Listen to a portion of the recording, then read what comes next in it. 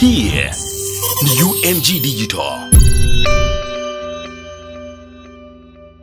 Kuhusiana na tarehe 29 Oktoba tuna siku chache kuanzia leo. Sawa? Wewe ni mtu maarufu tayari. Umejipangaje kuhusiana na siku hiyo ya kupiga kura kutimiza haki yako ya msingi? Kwanza nishukuru kwa kupata nafasi ya kuzungumza na wananchi kwa kupitia maiki hii ya Uhuru Media.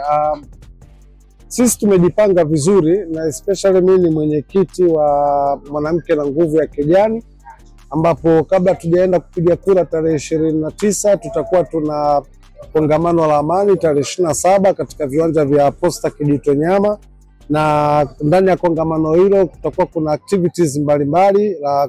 Kwa mfano tutafanya maombi maalum kwa ajili ya kuliombea taifa ili tuweze kupata uchaguzi wa amani, lakini pia tutakuwa na burudani mbalimbali kutoka kwa wasanii wa muziki Bongo Flava, na baada ya hapo jioni yake tutakuwa tuna bata la amani.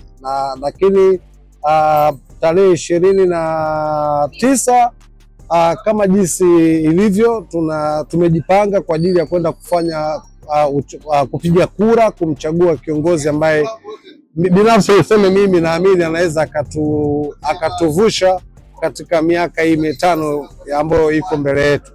So tumejipanga vizuri, na kama unavyofahamu kupiga kura ni haki ya kila mwananchi wa Tanzania, lakini pia kupiga kura si tu kitendo cha kikatiba, lakini ni kitendo cha kishujaa, kwa sababu unakwenda kujua mustakabali wa maisha yako na generation yako na wananchi kwa ujumla, ili tuweze kupata maendeleo. Kwa hiyo binafsi yangu kama Rado, kama msanii, nimefanya kile ambacho nilikuwa naamini nikifanya kitakuwa sahihi katika kuunga mkono jitihada za kuhakikisha tunapiga kura kwa amani, lakini pia tuweze kupata viongozi walio bora ili waweze kutusaidia kwenye kuendesha gurudumu la maendeleo. Yes. Ni mara ngapi unapiga kura endapo kushiriki?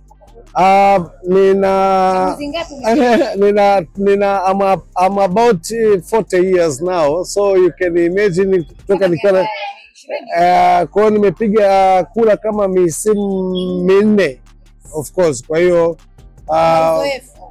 yes, unataka za nyuma hasijakuangusha?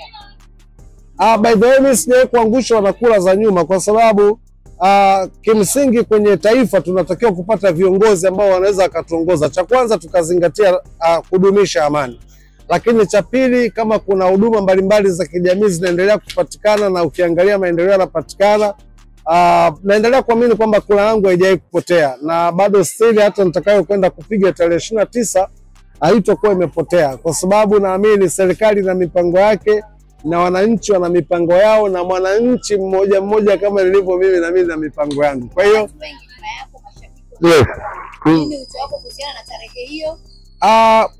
mimi kitu ambacho naweza nikawaasa wananchi especially vijana, nenda kapige kura, kwa sababu ni haki yako ya kikatiba, lakini piga kura, rudi nyumbani, kula bata, tulia, relax, usije ukaleta changamoto zingine ambazo pengine zitakuletea vurugu, kwa sababu kumekuwa kuna vurugu nyingi, watu wanasema hivi wanasema vile. Kwa hiyo mimi kama kijana ambaye nimeweza kukutana na opportunity na possibility kubwa katika utafutaji, naendelea kuwashauri vijana wenzangu kwamba wakipiga kura warudi nyumbani kutulia, kuendelea kusubiri matokeo ya viongozi ambao wamewachagua. So huo ndio wito wangu kwa vijana. Yes. By the way, siwezi kukosa. Mimi ni mtu makini sana. Yes. Ninacho. Oktoba 29 tunafanyaje? Oktoba 29 tunachagua viongozi.